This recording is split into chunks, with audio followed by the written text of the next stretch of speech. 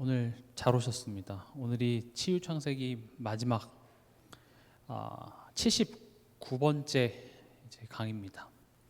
제가 이제 언제 이걸 시작했는지 이렇게 날짜를 보니까 2022년 10월 7일에 시작을 했더라고요.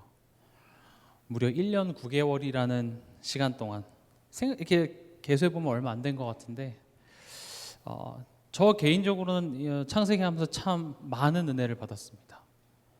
옛날에 그냥 창세기는 아브라함, 이삭, 야곱, 요셉 이야기, 노아 이야기, 또 창세기 3장, 바벨탑 사건, 그냥 그렇게 띄엄띄엄 알았는데 저도 이걸 깊이 이렇게 봐가면서 저에게도 굉장히 큰 치유가 제 속에도 많이 일어났던 것 같습니다.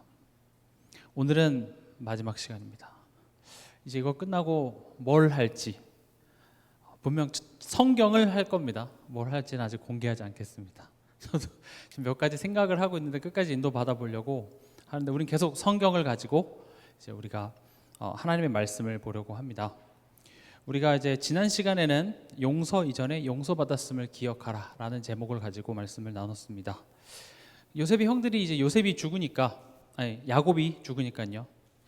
이제 혹시라도 요셉이 마음이 변해서 우리에게 복수하지 않을까 두려워서 요셉한테 이제 아버지의 유언을 빌미로 또 직접 찾아가서 우리를 종으로라도 써달라고 하는 그런 모습을 보여주죠.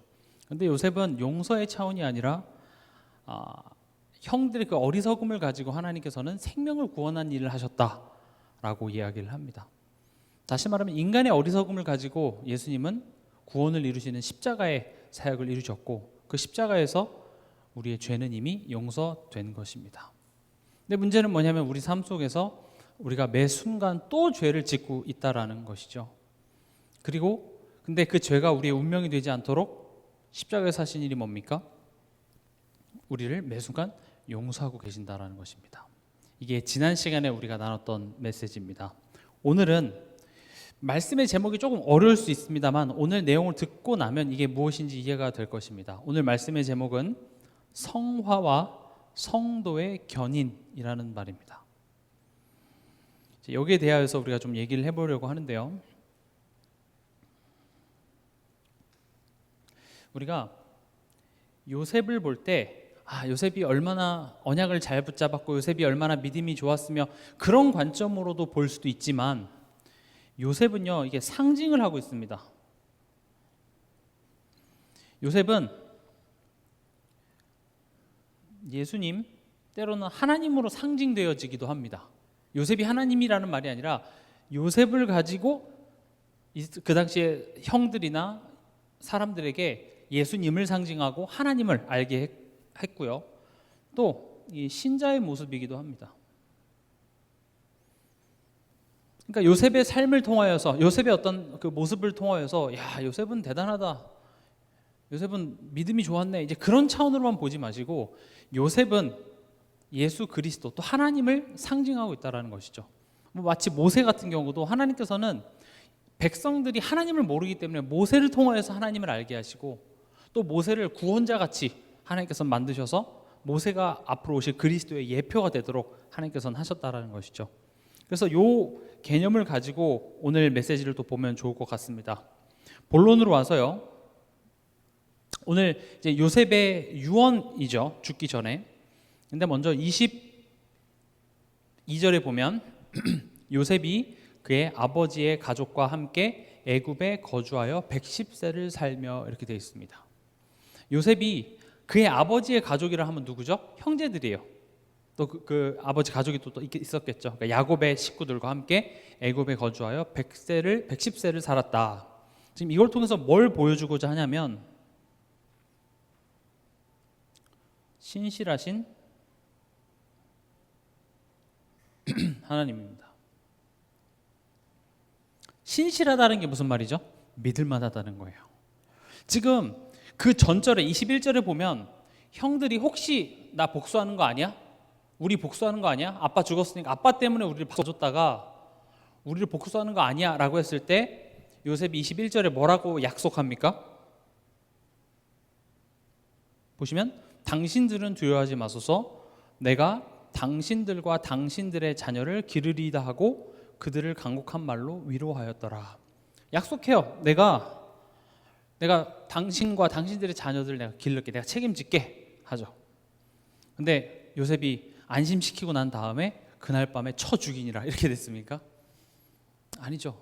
정말로 그 약속을 어떻게 합니까? 지킵니다. 혹은 그렇게 지키는데 형들이 하는 꼬라지가, 형들 하는 행실이 옳지 못해서 중간에 나 마음 바꿨어.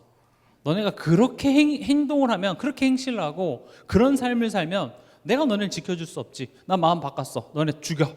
너네가 나한테 예전에 했던 거 그거 다 계수해갖고 내가 너네 죽일 거야. 그렇게 마음 바꾸지 않으셨다라는 것이죠. 지금 이 단순한 내용이 굉장히 중요한 내용입니다. 하나님이 우리에게 대하여서 어떻게 하시는지에 대한 내용이 담겨져 있습니다. 하나님은 우리의 어리석음을 보시고 하나님이 애초에 우리에게 주셨던 은혜를 줬다 뺐지 않습니다. 너 그리스도 못 붙잡았어? 이번 한 주간 너 불신앙했네? 내가 준 구원 다시 내놔. 너 다시 지옥. 이러는 법이 없고, 그리고 어떻게 합니까? 내가 너에게 은혜로 준 것이 얼마나 큰 것인지를 기억고 하나님께서는 알게 하시겠다. 이거를 조금 신학적인 용어로 이렇게 표현을 합니다. 오늘 제목이기도 하죠. 성도의 견인. 견인이라는 것은 무슨 견인차가 이렇게 끌고 가는 그런 견인이 아니라 한자로 보면 굳을견, 참을인. 끝까지 참아서 하나님께서 우리 안에 시작하신 것을 이뤄내시겠다. 이게 성도의 견인입니다. 그럼 보세요. 이 성도의 견인은 두 가지 요소가 있습니다. 하나는 뭐냐? 우리의 어리석음이 하나님의 은혜를 분리시킬 수 없답니다. 만약에 우리가 실수할 때마다 하나님의 사랑으로부터, 하나님의 은혜로부터 끊어진다면 우리는 절대 구원받을 수가 없겠죠. 왜냐? 우리는 항상 하나님한테 어리석을 뿐입니다.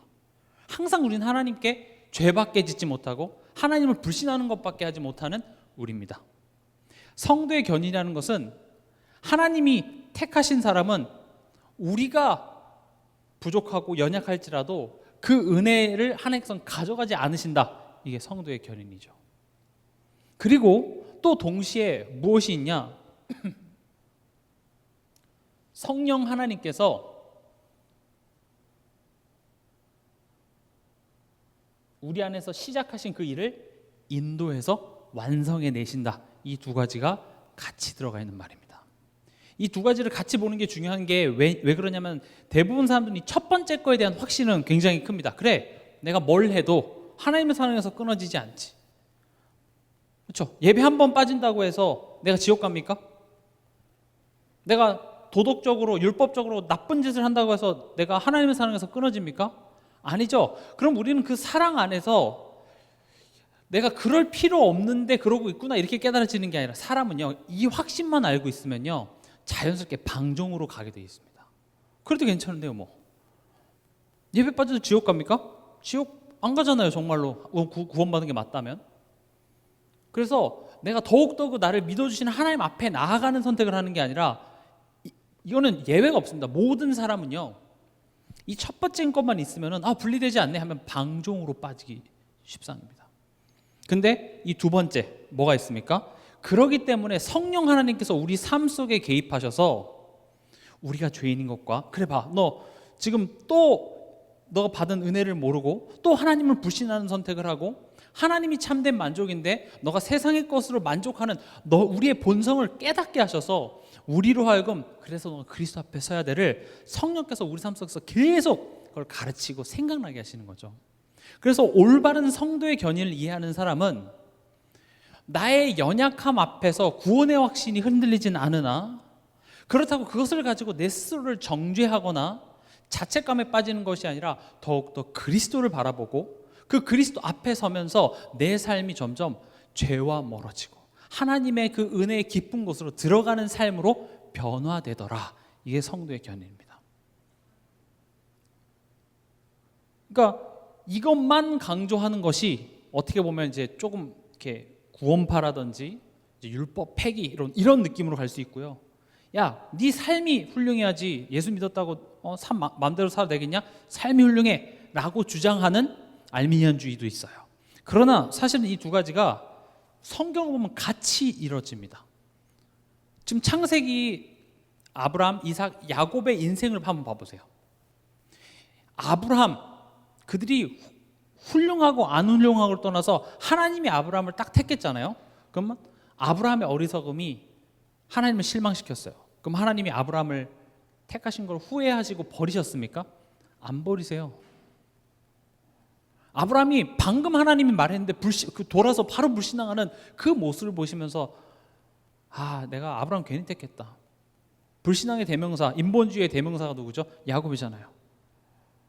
야곱은 그렇게 하나님 직접 나타나서 뭐 씨름도 하고 그렇게 했음에도 불구하고 또 돌아가면 또 불신앙하고 또 내 상처에 묶이는 그런 야곱인데, 그런 야곱의 인생을 하나님은 버리시지 않고 하나님이 택하셨기 때문에 끝까지 데리고 갑니다. 그러나 그래, 하나님이 날 택했기 때문에 난 망하지 않는다가 아니라 하나님은 자꾸 야곱의 삶 속에 개입하셔서 야곱의 생각을 돌이키세요. 내가 바보 같은 선택을 하면 신분 내 변화는 없지만 그게 나에게 자꾸 아프게 하고 힘들게 해서 결국 하나님 앞에 서게 해서 내가 잘못된 것이구나를 깨닫게 하셔서 결국 하나님 앞에, 하나님의 사람으로, 결국 예수님을 닮아간다고 하죠. 우리의 성품이 예수님을 닮아가는 쪽으로 그렇게 변화되더라는 거죠. 야, 예수 믿는 사람이 너 왜 예수님같이 행동하지 않아? 우린 그걸 정죄할 만한 자격이 없고 우린 그렇게 될 수가 없어요. 난 예수님같이 살아야지, 예수님의 성품처럼 내가 원수도 사랑해야지, 그거 불가능합니다. 우리 못해요. 그러나 하나님의 은혜와 사랑을 우리가 계속 힘입다 보면 그 사랑이 나를 그렇게 변화시키더라는 거예요.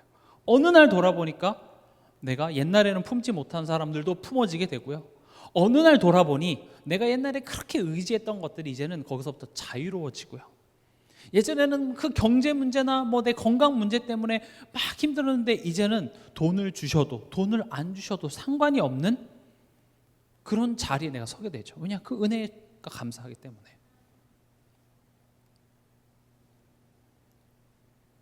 그래서 성도의 견인이라는 말은 이것입니다.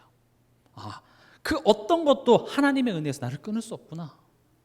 그러나 그것이, 그 확신이 우리의 체질은 방종과 하나님으로부터 멀어지는 선택밖에 하지 못하기 때문에 약속하신 성령을 보내서 그 성령께서 우리 삶 속에 계속 인도하십니다.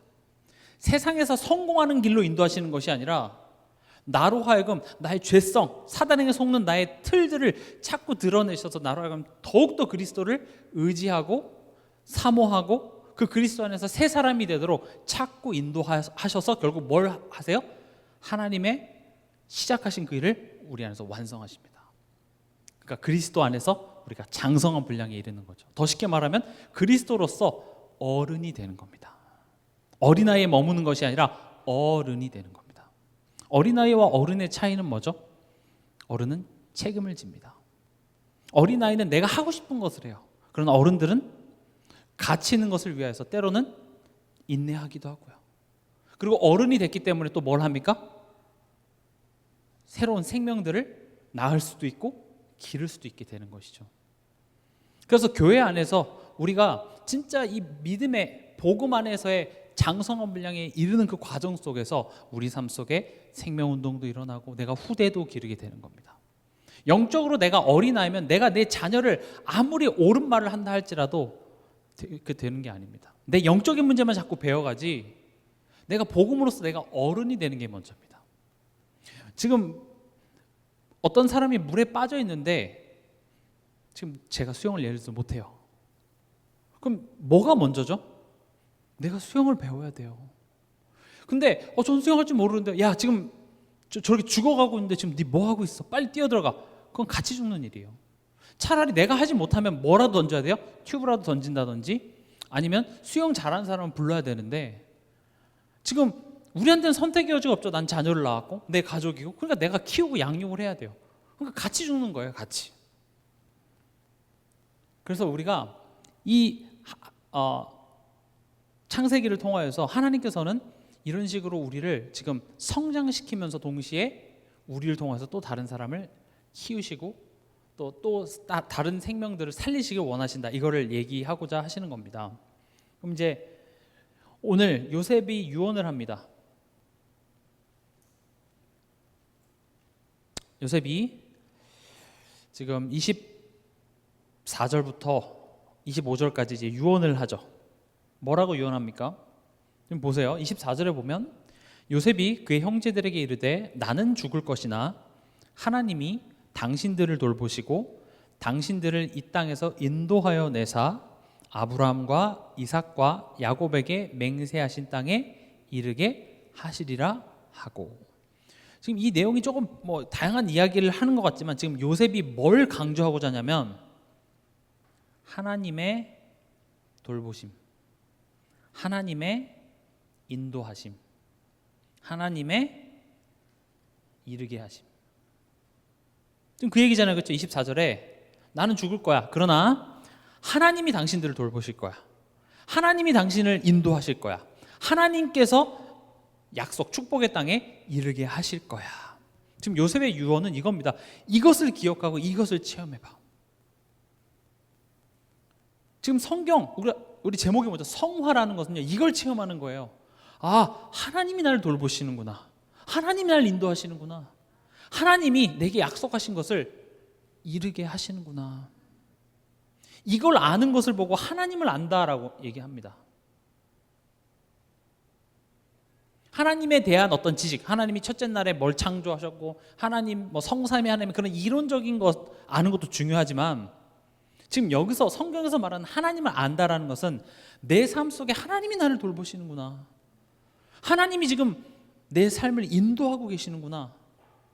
우린 하나님을 모르는 까닭에 하나님이 인도하신다라는 이야기는 들었으나 내 삶 속에서 하나님이 지금 실수가 없이 인도하시는구나라고 인정이 되십니까? 안 돼요. 하나님은 실수가 없지만 내 삶 속에 하나님은 좀 실수를 많이 하세요. 입으로는 얘기 안 해요. 하나님 실수하셨네요. 그렇게 얘기하지는 않지만 또 신앙 양심상 하나님 왜 이런 문제를 제게 주셨죠? 한 번은 질문해요. 그리고 나서 어떻게 합니까? 내가 그걸 치워요. 하나님 제가 치울게요. 다음부터 조심하세요. 넘어가 드릴게요. 이번엔 제가 그냥 치울게요. 그걸 하나님 지금 뭐 하는 자로 만들어? 실수하는 사람으로 만드는 거잖아요. 우리가 그럴 때가 많아요. 어떤 상황에 대해서 내가 속단해 버리죠. 이렇게 되는 거 아니야? 내가 그렇게 속단해 버려요. 근데 하나님은 내가 지금 너의 삶을 인도하고 있다는 사실을 기억하기를 원하시는 거죠. 그래서 제가 저번 주에도 말씀드렸다시피 광야길을 가는 데 있어서 만나를 그냥 며칠치, 최소한 한 일주일치씩 이렇게 줬으면 좋겠는데 딱 그날 이렇게 주게 되는 거죠. 거긴 포인트가 있습니다. 내가 너의 삶을 돌보고 인도하여 내가 약속한 그 땅에 너를 이르게 하겠다라는 것을 우리로 하여금 알게 하는 것입니다. 그게 포인트입니다. 이걸 믿지 못하는 것을 뭐라고 하죠? 그걸 죄라고 합니다. 그래서 우리는 이 죄에서 죄를 안 지을 실력이 없어요. 계속 죄를 짓습니다. 그러나 이런 과정을 통하여서 지금 요셉은 형들한테 또 가족들에게 얘기를 합니다. 너의 인생에 하나님의 돌보심을 기억하라. 하나님의 인도하심을 체험하라. 하나님이 반드시 너희들에게 약속하신 것을 이루실 것이다. 그리고 요셉이 얘기합니다. 뭐라고 얘기하냐? 나는 죽는다. 요셉은 다른 형제들에 비해서 되게 비교적 110년이라는 짧은 년을 삽니다. 지금은 110년 살았다 하면 되게 많이 산 거죠. 근데 이때 당시에는 110년은 굉장히 좀 짧게 사는 겁니다. 근데 제가 아까 서론에서도 말씀드렸다시피 요셉은 예수님을 상징하기도 하고 또 인간을 상징하기도 한다고 말씀드렸죠. 그럼 나는 죽는다를 예수님의 관점으로 우리가 해석을 할 수 있습니다. 지금 이 내용 있죠. 나는 이제 죽을 거야. 그러나 하나님께서 이제 너희를 인도하시고 하나님을 돌보시고 하나님이 너에게 이루시고자 하는 그 땅으로 인도해 내실 거야를 사도행전 1장 1절에서 8절의 내용과 겹쳐보면 이게 딱 맞아떨어져요. 지금 예수님께서 사도행전 1장 1절에서 8절의 내용이 뭐죠? 예수님께서 십자가에서 구원 사역을 이루시고 이제는 구원 사역을 다 이뤘기 때문에 어떻게 하십니까? 승천하시고 이제는 성령께서 너의 삶을 친히 돌보시고 인도하시고 너희를 땅 끝까지 증인되게 하실 거야 라고 약속을 하는 장면이랑 지금 요셉이 나는 이제 죽을 거야. 그러나 하나님께서 당신들을 돌보시고 이 땅에서 인도하사 약속하신 그 땅으로 들어갈게 할 거야. 그 말이 이렇게 맞아떨어지죠. 요셉은 형들이 요셉을 죽였습니다. 사실은 죽인 거나 다름없죠. 구덩이에 물이 없어서 그렇지 죽였습니다. 그러나 형들과 사람들은 형들의 어리석음으로 죽인 요셉을 통하여서 생명을 구원받습니다. 7년간 계속되어지는 그 흉년 앞에서 그 재앙 앞에서 살아날 사람은 아무도 없습니다. 그러나 그 형들이 죽였던 요셉을 통하여서 생명을 얻는, 구원받는 그 사역을 마치고 이제는 어떻게 합니까? 요셉은 죽는 거예요. 그러니까 사도행전 1장 5절에도 보면 몇 날이 못 되어 성령으로 세례를 받으리라. 지금 그 이야기와 오늘 읽었던 창세기 50장 24절의 내용이 일맥상통하죠. 그러니까 이제 예수님이 부활하셔서 이제 뭔가 하실 것 같은데 예수님이 이제 간다고 하니까 제자들이 질문하는 겁니다. 하나님 나라를 이루심이 이때니까. 왜냐? 그들은 예수님을 어떤 사람으로 생각했죠? 예수님을 그리스도로 실제로 알았다기보다는 예수님이 드디어 이제 어떤 한 나라를 세워서 예수님이 왕이 되시는 어떤 나라를 세워서 우리가 살만한 나라로 이렇게 하시겠구나. 또 제자들은 어떻게 해요? 예수님 옆에서 이제 좀 고위 관직 한 자리쯤 얻을 그런 꿈들을 나름 꿨겠죠. 근데 예수님이 말씀하시는 그 나라는 어떤 나라입니까? 하나님의 나라를 의미하죠. 지금 형들은 애굽 땅에서 번성하는 그런 것들을 꿈꿨을 수도 있습니다. 그래, 이 살기 좋은 이 나라에서 우리가 번성해서 여기서 정착하자. 그러나 지금 요셉은 뭐라고 얘기합니까? 지금 우리는 여기에 머무는 것이 아니라 우리가 가야 할 가나안 땅, 거기를 가야 된다고 얘기를 합니다. 유언하면서 요셉이 이렇게 죽기 전에 유언하면서 내 재산 물려줄 테니까 여기서 잘 사세요. 그렇게 얘기하지 않았어요. 우린 지금 여기에 나그네로 온 거야. 우리는 어디로 가야 돼요? 가나안 땅으로 가야 돼. 우린 지금 여기에 소망을 두면 안 되고 하나님께서 약속하신 그 땅으로 우리는 가야 돼. 그걸 얘기하는 겁니다. 우리가 진짜 가야 할 곳은요, 이 땅에 속하는 것이 아닙니다. 하나님 나라에 가게 되는 겁니다. 여기서 말하는 하나님 나라라는 것은 죽어서 가는 천국만을 의미하는 것이 아니라 이 세상에서 나의 노력과 나의 열심으로 만족을 얻고 기뻐하는 그런 나라가 아니라 하나님의 은혜로 살아가고 하나님을 알아서 기쁘고 하나님이 축복해 주어서 살아가는 하나님이 통치하시는 새로운 나라가 우리가 속한 나라예요. 이 땅은 잠시 이 땅의 어떤 질서와 이 땅에서의 어떤 법과 이 모든 것들은요, 무시하라는 말이 아니라 진짜 우리가 여기서 머무러서 번성하는 것이 아니라 여기는 잠깐 우리가 있어야 될 것이고 우리가 진짜 가야 될 곳은 어디예요? 하나님의 나라가 되는 것입니다. 나는 죽는다, 이 말에 예수님의 관점으로도 볼 수 있고 또 한 인간의 관점으로도 볼 수 있습니다. 지금 형들에게 있어서는 가장 의지되는 사람이 누굴까요? 요셉이에요. 하나님보다 누가 더 의지되죠? 요셉이죠. 요셉 덕분에 지금 땅 얻어서 지금 요셉의 형들을 감히 누가 건드릴 수 있었겠습니까? 아무도 못 건드리죠. 우리 그 국무총리, 사실 이집트의 가장 실세가 누구예요? 요셉이었잖아요. 바로도 고백했잖아요. 내가 지위로 높지만 사실 네가 나보다 왕이란 타이틀 빼고 네가 다 해. 그러니까 진짜 실세는 요셉이었어요. 그럼 그 요셉의 형들을 건드리는 거 됩니까, 안 됩니까? 안 되죠. 그래서 사실은 요셉의 가족 형들 누구를 의지합니까? 요셉을 의지합니다. 그래서 요셉은 죽어야만 합니다. 인간의 도움, 의지에서 살아가는 것이 아니라 아까 앞서 말씀드렸다시피 하나님의 돌보심, 인도하심, 이르게 하심, 이걸 보고 이제 은혜라고 한 단어로 표현할 수 있겠죠. 사람의 도움이 필요 없다는 이야기가 아니라 하나님의 은혜로 살아간다는 것을 깨닫게 하기 위해서 때로는 하나님께서는 우리가 사람을 의지하고 뭔가를 의지하면 그걸 가져가시기도 한다는 겁니다. 우리가 절대 당황하지 마세요. 제자들은요, 예수님과 함께 배를 타고 가면 태풍 속으로 들어가도 태풍이 그칠 줄 알았어요. 근데 제자들은요, 예수님과 함께 배를 타고 가고 있는데 잠잠했던 바다가 풍랑을 맞이해요. 거기서부터 이제 당황하기 시작하는 거예요.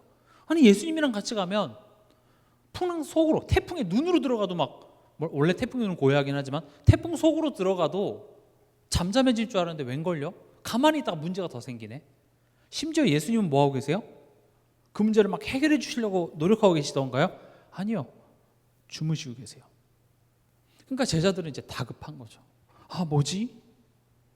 왜지? 제자들은 그래도 나름 어부 출신이 있기 때문에 나름 자기의 경험과 자기 어떤 여러 가지 방법으로 그것을 해보려고, 거기서 그 위기를 극복해 보려고 하는데 됩니까? 안 됩니까? 안 돼요. 그래서 그제서 예수님을 깨웁니다. 예수님이 바람을 꾸짖으시고 파도를 잠잠케 하셨어요. 근데 성경은 극히 잠잠하더라 이렇게 돼 있거든요. 그거를 극히 잠잠하다라는 게 무슨 말이냐면, 저는 예전에 상상하기를 이렇게 막 태풍이 불다가 갑자기 딱 해 짠 나고 그다음에 그냥 이게 잔잔한 물결이 일었다 이렇게 생각했는데, 파도에 조금의 물결조차도 없는 거예요. 고요해진 거예요. 그러니까 우리가 물에 물결이 하나도 없을 때 보면 이렇게 거울처럼 보이잖아요. 파도가 극히 잠잠하다라는 말은요, 미동도 없어요. 물이 싹, 그 어떤 소음도 없고 정말 조용해진 거예요. 그래서 제자들이 처음엔 태풍을 두려워하다가 누굴 두려워요? 예수님을 두려워했어요. 아니, 저분이 누구시길래 지금 잠잠하게 하는 게 더 무서워. 차라리 태풍이 오다가 가끔씩은 그렇게 언제 그랬냐는 듯이 이렇게 멈출 수도 있잖아요. 근데 그냥 자연 현상에서 멈춘 정도가 아니라 고요, 소리가 싹 사라졌어요. 물이 멈췄어요. 미동이 없어요. 무섭지 않으십니까? 갑자기 조용해져요. 내 귀가 먹었나 싶죠. 고요한 그 상태에서 예수님이 얘기합니다. 왜 못 믿냐? 믿음이 부족하다는 게 아니라 지금 너 못 믿었어. 너 죄지었어. 그걸 얘기하는 거예요. 꾸짖는 게 아닙니다. 그래서 내가 온 거예요. 너의 믿지 못하는 그 죄 문제를 해결하기 위해서 내가 왔어. 풍랑을 잠잠케도 할 수 있고 병자도 고쳐줄 수 있지만 나는 죄 문제를 해결해 주기 위해서 내가 왔어. 그래서 너가 지금 죄를 지었다는 사실을 알게 하시는 게 우선이 되는 거예요. 제가 최근에 계속 강조드리지만, 내가 죄인이라는 사실을 깨닫지 못하면 우리는 그리스도 대신 예수를 붙잡지 못합니다. 근데 그 생각보다 우리 힘으로 이게 되게 힘들고 불가능한 일이에요. 예를 들어서 여러분들이 어떤 사람이 나를 힘들게 해요. 그럼 제가 가서 집사님이 속고 있네요, 집사님 죄졌네요 하면 여러분들이 아멘 이렇게 됩니까? 아니, 화가 나요. 그래도 제가 잘못했죠. 그래, 인정해요. 그래, 제 잘못이라고 해요. 다 제 잘못이네요. 화가 나서 그렇게 얘기를 하지, 진짜 내가 죄인입니다 이렇게 잘 안 돼요. 그냥 저 사람을 안 바꿔주는 하나님이 믿고, 근데 성령께서 깨닫게 하시는 거예요. 지금 이 상황 속에서 저 사람이 잘했건 잘못했건 떠나서 지금 이 상황에 내가 하나님이 하시는 일, 하나님이 내게 가장 좋은 것을 주신다는 사실을 내가 못 믿고 있는 나의 죄성을 드러내게 하시는구나, 이런 게 참 인정이 되지 않습니다. 그리고 어김없이 그 상황 앞에서 우리는 뭘 합니까? 하나님을 불신하는 선택을 합니다. 근데 성령께서 어떻게 하시죠? 내가 죄인이야. 남편이 사단이 돼서 그 사단이 나를 공격하는 게 아니라, 남편을 속여서 남편이 지금 속아서 날 힘들게 하는 게 아니라 지금 사단이 날 공격한다는 사실 기억하시기 바랍니다. 내가 사단에게 속은 거예요. 내가 죄인이고 내가 사단에게 속았다는 사실을 알 때에 비로소 예수가 다르게 보입니다. 그리스도로 보입니다. 제자들은, 또 많은 무리와 사람들은요, 예수님을 세례요한, 엘리야, 예레미야, 선지자 중에 하나로 따라다녔습니다. 왜요? 죄를 몰라서 그래요. 제가 이따 뒤에도 죄에 대해서 설명하겠지만, 우리 삶 속에 내 문제가 죄 문제라는 사실을 모르면 우리는 예수를 그리스도로 붙잡을 수 없습니다. 말은 하지만 실제로 응답해 주세요. 상황 바꿔주세요. 제 마음 위로해 주세요. 그런 기도 하지 말라는 건 아닙니다. 그러나 하나님의 소원은, 하나님의 목적은 우리가 예수를 그리스도로 알고 누리기를 원합니다.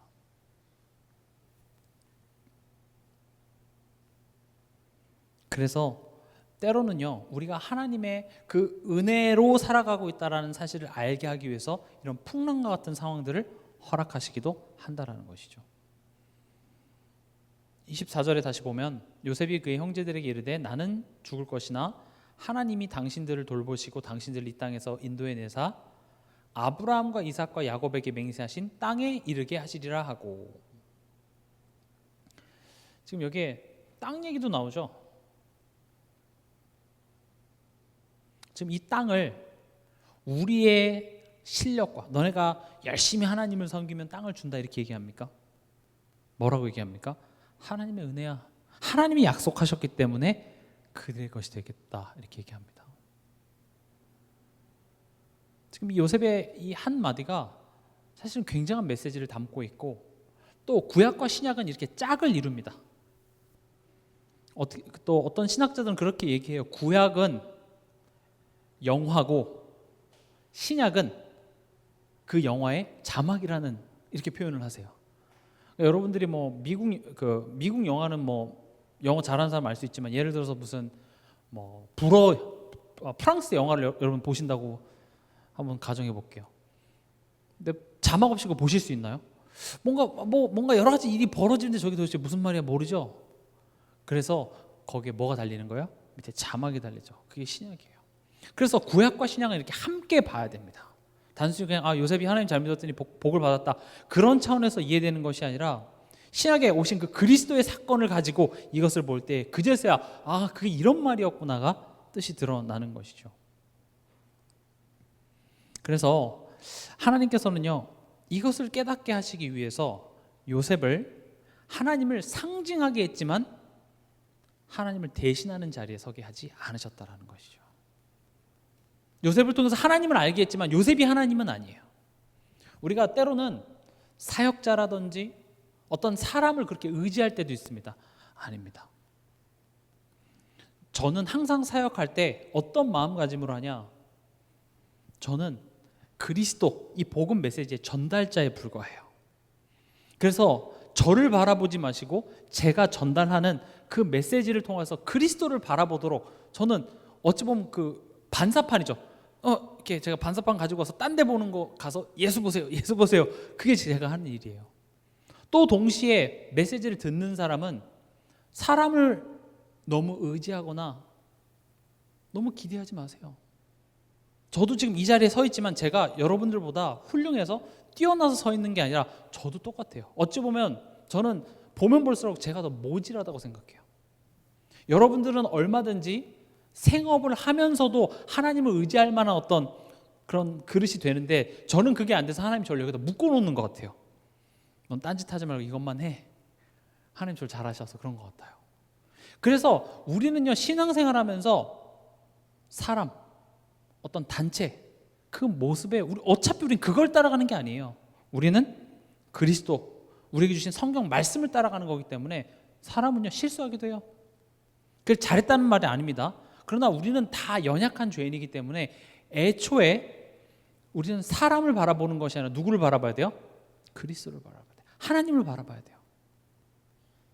요셉이 우상시 될까봐 또 요셉을 이미 의존하고 요셉이 거의 그들에게는 하나님보다 더 좋죠. 하나님은 막연하지만 요셉은 실질적으로 되게 도움을 주잖아요. 그래서 많은 직장인들이 하나님보다 위에 있는 자가 누굽니까? 우리 사장이죠. 월급 사장. 하나님보다 더 위에 있는 사람이 누굽니까? 건물주. 왜냐? 실질적이잖아요.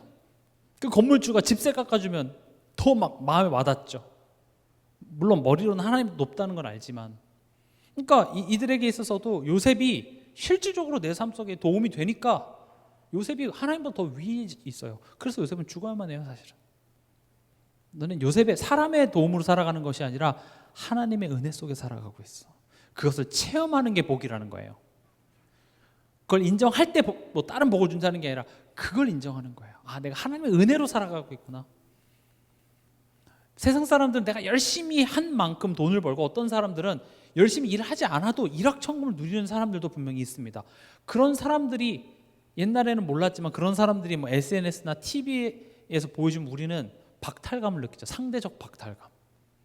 나는 뭐가 지라는데 저 젊은 것들이 막 스포츠카 타고 다니고 막 명품 이렇게 하면 뭐지?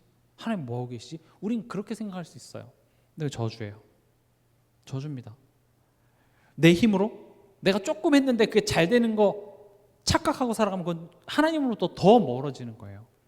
근데 우리가 내가 하나님의 은혜로 살아간다는 사실을 깨달을 때에 거지같이 산다는 말 아닙니다. 그걸 깨달을 때 그 다음의 축복들도 따라오게 돼 있어요. 왜냐? 우리가 하나님의 은혜로 살아간다는 사실을 알 때에 결국 하나님이 원하는 한 사람이 되는 것이고, 또 하나님의 목적은 거기서 끝나는 것이 아니라 세상 가운데 우리를 통해서 하나님을 알게 하시길 원하잖아요. 그럼 세상 사람들은 내가 죄를 사함받았고 내가 하나님의 자녀라는 사실을 볼까요? 아니면 쟤 잘된 애를 볼까요? 쟤 잘된 애를 봐요. 불신자들은 나의 영적 상태를 모르죠. 그래서 축복해 주셔야 돼요. 이해가 되십니까? 제가 최근에 자꾸 그런 축복 따라가지 마세요 뭐 이런 얘기를 해서 여러분들이 조금 좀 축복 받는다는 얘기 좀 해주셨으면 좋겠는데 라고 얘기하는데, 사실 진짜 축복은 우리가 하나님의 은혜로 살아갑니다. 하나님이 축복입니다. 이걸 깨닫는 것이 우린 전부예요. 근데 그런 나의 삶을 통하여서 믿지 않는 불신자들에게 하나님을 알게 하기 위해서는 그들은 모른다니까요. 그래서 요셉이 하는 것마다 밭에 복을 줬어요. 밭에 있는 배추까지 복을 얻게 하셨다고요. 근데 정작 그런 응답을 줬더니 어떻게 그렇게 됐어? 하나님이 해주셨는데 사실은 봐봐, 근데 비법이 따로 있다 하면서 내가 자꾸 드러나면 그건 하나님을 알려지는 게 아니잖아요. 그래서 정말로 내가 하나님의 은혜로 살아간다는 사실을 정말 인정하고 고백하는 한 사람이 될 때 하나님께서 그런 너를 통하여서 너의 가문에, 그런 너를 통해서 너의 직장에 하나님을 알게 하기 위해서는 축복을 주셔야만 한다는 것입니다. 우린 그 여정이에요. 그래서 너무 낙심하지 마세요. 예수 믿는 거 원래 이렇게 힘든 건가? 아닙니다. 여러분들 분명히 하나님께서는 축복 주실 것입니다.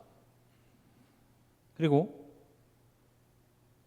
요셉이 나는 죽는다라는 이야기하면서 25절에 요셉이 또 이스라엘 자손에게 맹세시켜 이르기를 하나님이 반드시 당신들을 돌보시리니 당신들은 여기서 내 해골을 메고 올라가겠다 하라 하였더라.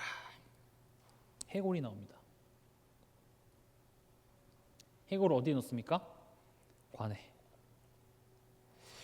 이 부분이 사실 되게 중요합니다. 목사님, 해골을 관에 넣는 게 뭐가 중요해요? 쉽죠?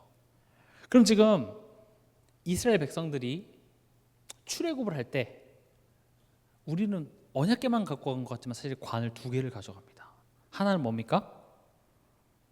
요셉의 해골을 담은, 그러니까 요셉의 뼈죠.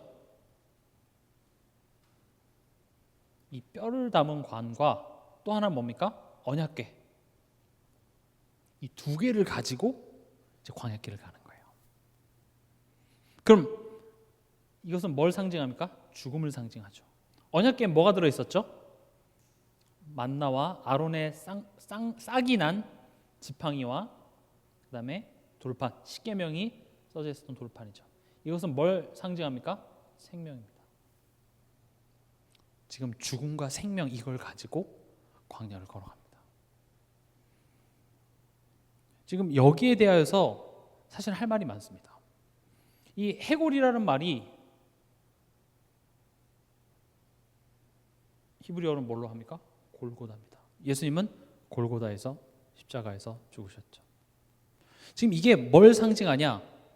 예수님의 죽음, 이것을 가지고 하나님이 약속하신 그 여정을 우리가 걸어가는 겁니다. 한 손에는 예수님의 십자가에 죽으신가 부활하신 십자가를 붙잡고, 한 손에는 하나님이 내 삶을 인도하신다는 그 사실을 붙잡고, 그 2개를 가지고 하나님이 인도하시는 그 땅으로 우리가 걸어가는 그 여정, 너무 중요합니다. 그럼 왜 이걸 가지고 가야 될까요? 우린 여전히 죄성이 있고 우린 여전히 사단에게 속기 너무나도 쉬운 사람이기 때문에 그렇습니다. 죄 문제는 해결받았고 우리가 하나님의 자녀가 됐고 하나님의 사랑으로부터 끊을 수 없는 자리에 있음에도 불구하고 우린 여전히 죄를 짓습니다. 왜 그래요? 내가 실력을 얻어서 내가 이제부터는 전과 같이 살지 않을 거야 라고 결단했기 때문에 구원받은 것이 아니라 은혜로 받은 까닭입니다. 은혜라는 게 뭐죠? 애초에 내가 실력이 안 되는데 그렇게 준 거예요. 그렇게 여겨준 겁니다. 그래서 불신자와 우리가 다른 것 딱 하나 뭡니까? 은혜를 받았다라는 겁니다. 은혜를 빼면요 오히려 불신자보다 못한 거 더 많습니다. 저도 제가 아는 지인들 중에서 불신자인데 인격적으로 더 훌륭한 사람 많아요. 더 착하고 더 예의 바르고 더 도덕적으로 옳은 사람 많아요. 신자인데 불신자보다 더 쓰레기고 더 못된 사람들 많아요. 근데 차이가 뭐가 있습니까? 은혜 입은 자라는 거예요. 그럼 은혜 입었으니까 이렇게 살아야 된다, 그게 아니라 거기서부터 이제 새로운 여정이 시작되는 거죠.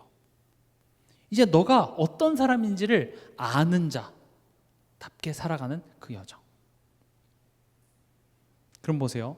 이 여정을 통하여서 이스라엘 백성들이 뭐가 자꾸 드러나죠? 죄가 드러납니다. 지금 이제 창세기를 마무리하는 거기 때문에 우리가 이 창세기 3장을 통하여서 죄에 대해서 다시 봐야 됩니다. 제가 죄를 자꾸 강조하다 보니 이런 질문들을 종종 받아요. 오케이, 죄 알겠어. 근데 왜 아담과 하와가 지은 죄를 내가 지금 겪어야 되냐는 거죠. 내가 따먹었어? 억울한 거죠. 나한테 그래도 적어도 테스트 한번 해서 나는 통과하면 나는 거기서 벗어나면 좋겠는데 왜 아담과 하와 때문에 내가 이 고생을 당해야 돼?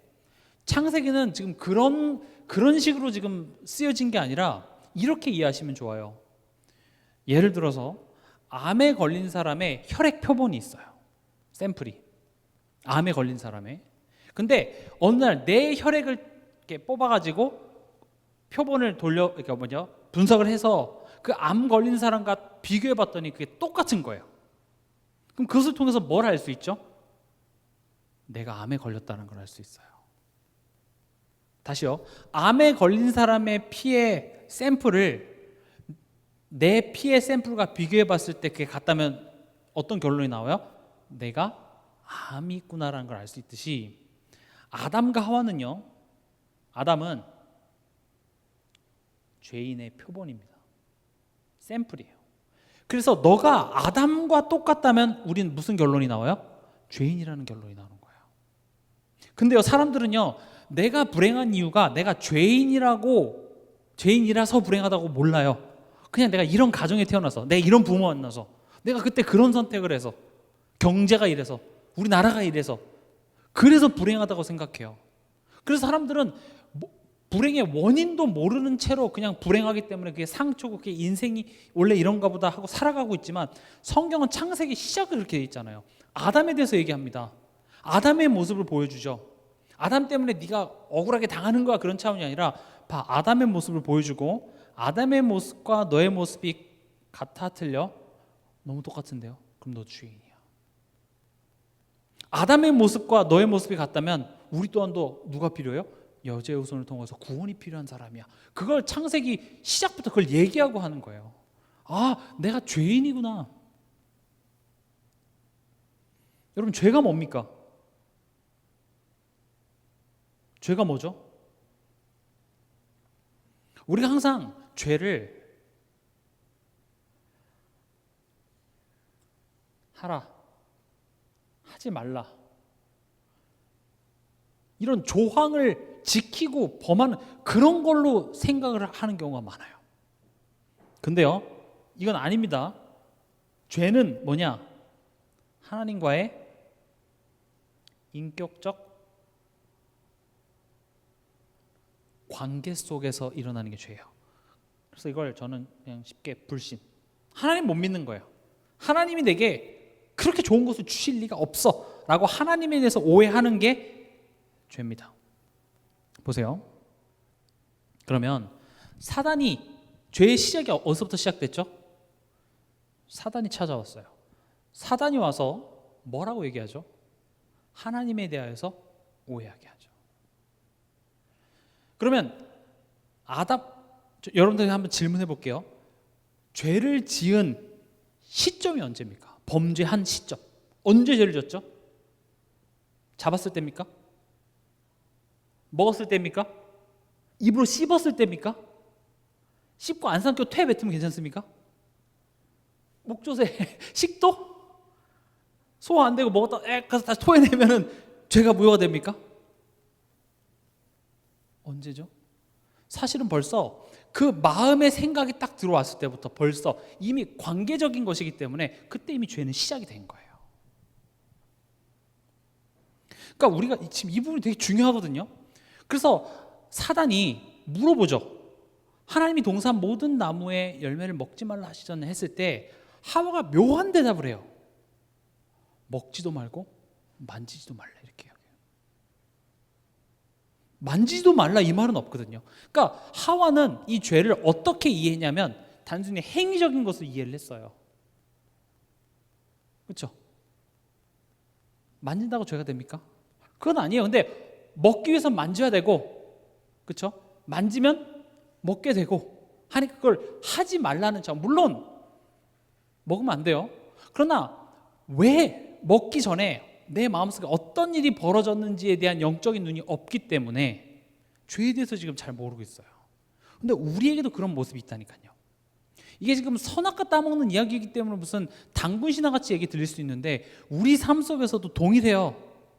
사단이 우리에게 먼저 그런 생각을 넣어줘요. 우린 그 영적인 사건이 선행되었다는 사실을 모르고 그냥 염려하죠. 상대방을 원망하죠. 그리고 이 상황에 대해서 짜증을 내죠. 화를 내죠. 그런 선택이 그냥 나온 게 아니라 사실은 그 전에 내가 염려하는 그게 나오기 전에 어떤 일이 벌써 벌어졌냐면 사단이 내 생각 속에 찾아와서 하나님이 지금 너에게 좋은 것을 주실 리가 없어. 너도 이거 먹으면 하나님처럼 될까 봐 하나님이 못 먹게 하시는 거야. 그게 우리에게는 어떻게 하냐면 지금 하나님 실수하고 있어. 지금 뭔가 지금 하나님이 지금 너가 뭐 잘못해서 벌을 주시던지 지금 하나님은 일하고 계시지 않아 라는 마음이 들었기 때문에 내가 지금 염려를 하는 거라는 거죠. 근데 우리 그걸 인지합니까? 인지 못해. 그냥 염려가 나죠. 그냥 이런 상황이 짜증이 나고 화가 나지 그 영적인 그걸 몰라요. 그러나 아담과 하와의 모습을 보면서 누가 떠올라야 돼요? 난데? 이거 내 모습인데? 이렇게 떠올라야 돼요.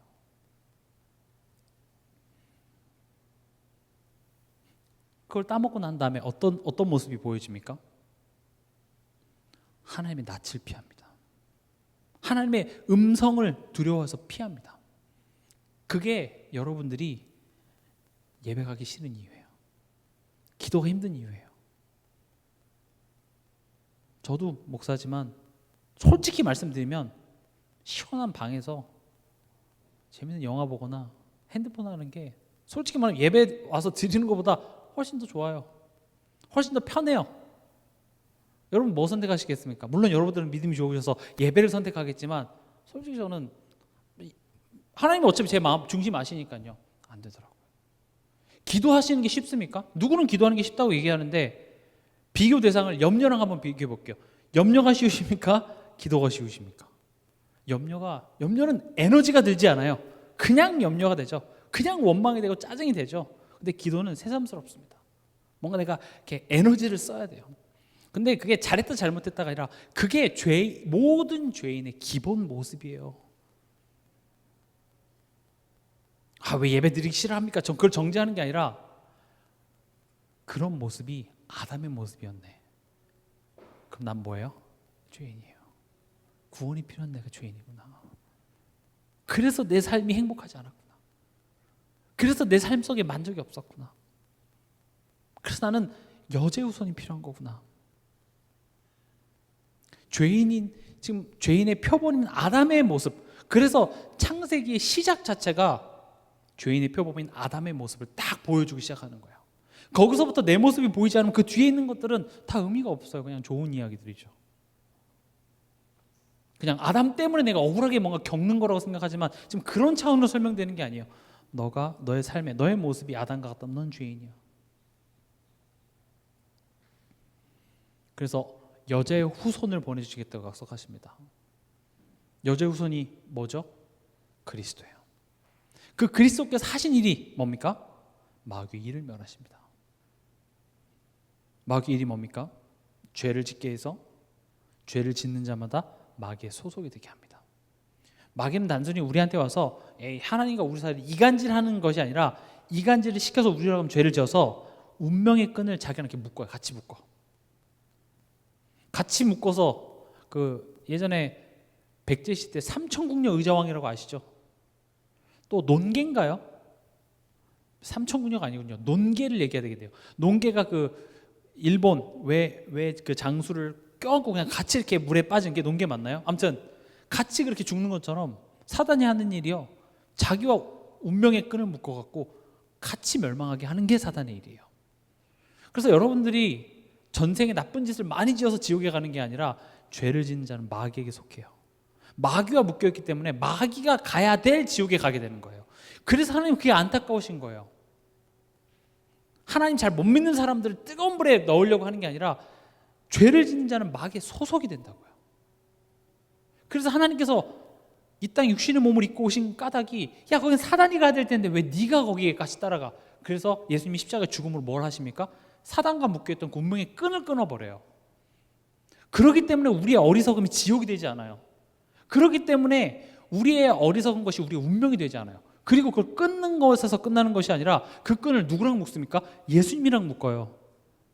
그래서 우리가 예수를 잘 믿어서 천국에 가는 것이 아니라 예수님이 계신 그곳에 우리도 같이 가게 되는 거예요.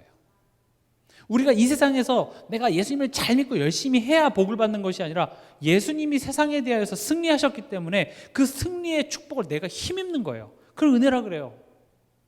우린 예수님과 운명이 묶인 사람들이에요. 그게 하나님의 아들이 나타나신 것은 마귀의 일을 멸하려 하심이라.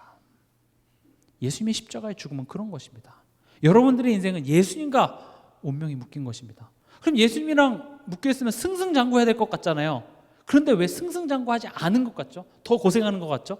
지금 예수님과 묶여있다는 사실을 모르고 지금 내가 받은 축복이 얼마나 큰 건지를 모르고 가고 있기 때문에 지금 성령께서 개입하셔서 우리라면 지금 올바른 방향으로 은혜로 주신 것들을 깨닫게 하시기 위해서 때로는 풍랑도 허락하신다는 하나님을 우리는 이해해야 된다고요. 날 힘들게 하는 모든 게 사단이 아니에요. 날 힘들게 하는 저 사람이 사단이고 내가 뭘 잘못해서 벌 주고 그런 식으로만 깨닫지 마세요. 하나님이 여러분들을 사랑하십니다. 여러분들 하나님의 자녀입니다. 하나님은 될 수 있으면 여러분들한테 될 수 있으면 아니죠. 무조건 좋은 것만 주십니다. 때론 부모가 자녀에게 매를 대는 것은 자녀한테는 시험과 환난이지만 부모에게는 사랑의 매가 되는 것처럼 하나님은 우리에게 무조건 좋은 것만 주십니다. 그러나 그 좋은 것이 내가 항상 만족스럽지 않을 수는 있습니다. 그러나 지나고 나서 보면 뭡니까? 우린 그 하나님을 알면 감사하게 되는 것이죠. 그리고 우리의 죄의 대가가 뭐죠? 사망입니다. 그래서 죄를 짓고 난 다음에 그 죄에 대한 저주의 상징적인 것이 뭡니까? 땅에서 가시덤불을 냅니다. 그래서 그 죄의 저주를 예수님의 머리에 씌웁니다. 나무에 달린 그 선악과를 따먹었기 때문에 예수님을 나무에 못 박습니다. 우리가 저지른 모든 범죄, 죄에 대한 대가를 예수님한테 다 갖다 씌워요. 죄책을 예수님한테 다 쏟아부어요. 죄에 대한 하나님의 진노를 예수에게 몽땅 쏟아붓고 그 예수님께서 그거를 오롯이 십자가에서 단번에 영원히 해결하심으로 말미암아 우린 그 죄에 대한 책임에서 자유로워지는 겁니다. 그게 십자가예요. 십자가는 그냥 우연히 제자들에게 배신당해서 우연히 십자가에 못 박힌 것 같습니까? 아닙니다. 그거 구약 성경에 계속 예언되어 있습니다. 예수님이 채찍에 맞는 거 하나며 십자가에 못 박히는 거며 그걸 나무에 매달린다고 표현하죠. 예수님이 가시면류관을 쓴 거며 그 모든 것들이 그냥 로마 그 군사들이 그냥 미쳐가지고 그냥 즉흥적으로 한 것이 아니라 그 하나하나 예수님이 받았던 고통과 모욕과 침뱉음과 자존심 상함과 그 모든 것들이 우리가 받아야 될 아주 구체적인 저주와 하나님의 진노하심을 예수님 몸에다가 다 쏟아부어서 그것을 다 받으신 거예요. 그래서 우린 그 예수님으로 말미암아 뭐가 됐습니까? 그 죄에서 해방된 겁니다. 우리는 엄청나게 축복받은 사람입니다. 그걸 정말 안다면 우린 거기에 감격하지 않을 수 없습니다. 감사하지 않을 수 없습니다. 오늘 말씀의 제목이죠. 성화와 성도의 견인입니다. 지금 이 성화와 성도의 견인은 어디에 포커스가 있냐? 구원 이후입니다. 다시 말하면 하나님 자녀로서 새 삶을 살아가는 우리에게 지금 하시는 말입니다. 성화, 내가 죄인이라는 사실을 깨닫는 겁니다. 아, 내가 하나님을 불신하고 있구나. 성령의 조명 없으면 내가 죄인임을 깨닫지 못합니다. 내가 속았구나. 내가 하나님을 불신하고 있구나. 내가 사단에게 속고 있구나. 이거 깨닫는 건 큰 축복입니다. 정말 내가 죄인임을 깨닫는다면 우리는 그리스도 대신 예수께 나아가게 됩니다. 아, 그래서 난 예수가 필요하구나. 지금 이 시간 나의 이런 어리석음이 운명이 되지 않도록 십자가에서 마귀를 멸하신 그 그리스도를 기억합니다. 나의 이 하나님 못 믿는 이 불신이 죽음이고 저주와 재앙이었는데 그 저주와 재앙을 머리에 쓰시고 등에 맞으시고 십자가에 매달려 모든 피와 물을 쏟으신 그 예수님의 보혈의 은혜를 지금 이 시간 기억합니다. 난 그거 없이 살아갈 수 없습니다. 난 그것의 은혜로서 나는 또 힘입어서 오늘 내가 또 하나님 자녀로 의롭다 함을 내가 또 힘입습니다. 그게 복이라고요. 제가 이번 주에 이런 이야기를 많이 들었는데 지금 이게 좀 어렵게 느끼실 것 같아서 이렇게 한번 예를 들어볼게요. 내가 어떤 어려운 문제가 있어요. 그래서 내가 그 문제, 예를 들어 사람이라고 해볼게요. 어떤 사람을 만나야 되는데 그 사람이 날 너무 힘들게 해요. 난 그 사람 만나기 싫어. 그 사람 나 너무 불편해. 근데 우리가 이제 들은 게 있죠. 그런 사람 다 수용하고 초월해야 되는데, 그런 의무감을 갖지 마시고 지금 이 상황 속에서 하나님 왜 이런 상황을 내게 허락하시죠? 질문으로부터 시작하는 거예요. 그럼 그런 질문을 할 때 내 마음속에 그래 하나님 뜻인가 가야지가 됩니까? 아마 안 될 거예요. 내 마음속에 계속 여러 가지 생각이 들죠. 대부분의 경우는 그런 상황에 내가 그냥 마음속에 그래 가지 말아야지 하고 정리를 해버려요. 포인트는 그 사람을 만나냐 안 만나냐의 포인트가 있는 게 아니라 지금 이 하나님 아시잖아요. 나 이 사람 불편해하는 거. 근데 이 불편해하는 사람을 왜 만나게 하셨지? 이걸 통해서 지금 하나님이 내게 뭔가 메시지를 하고 있어요. 그럼 그 메시지에 대해서 질문하는 게 중요하다고요. 왜 하나님 이런 사건을 내게 허락하시죠? 그럼 계속 하나님과 질문할 거 아니에요.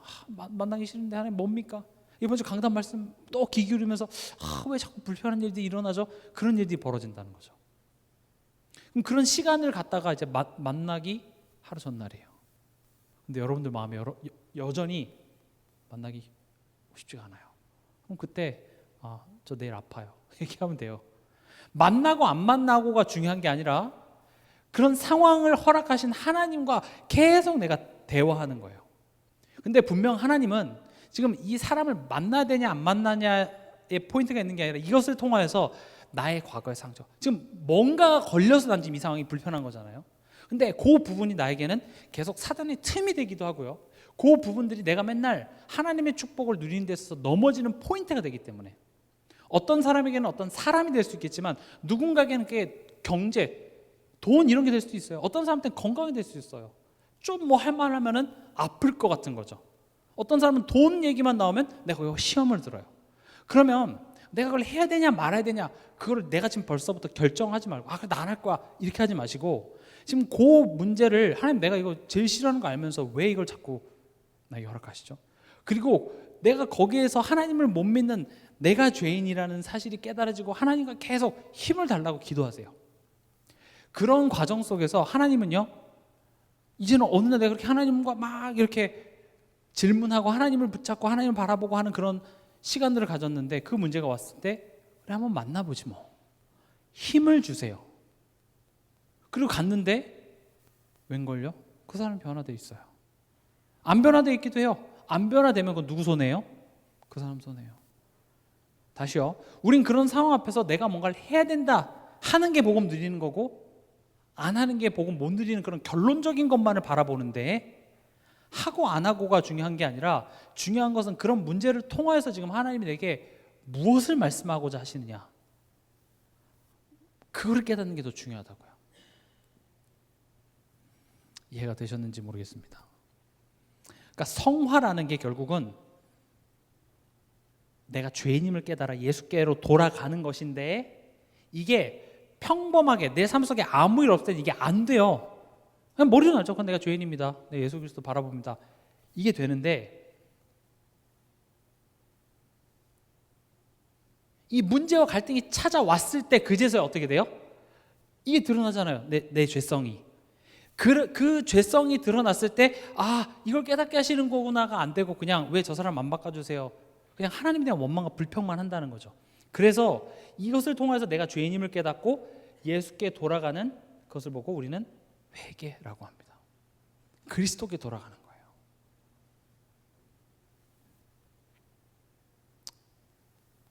이것을 통하여서 우리는 성화, 다른 말로는 복음화 이렇게 됩니다. 오직 그리스도, 그리스도 아니면 안 되는 나의 삶. 이렇게 되도록 이끄신다. 그게 성도의 견인. 이번 한 주간도 이 내용을 기억하시면서 또 우리가 창세기 50장을 우리가 쫙 봤습니다. 여러분들이 성경을 가까이 하시고 성경을 통하여서 하나님이 내게 주시는 그 말씀에 여러분들이 질문하시고 묵상하는 그런 신앙생활을 회복하시기 바랍니다.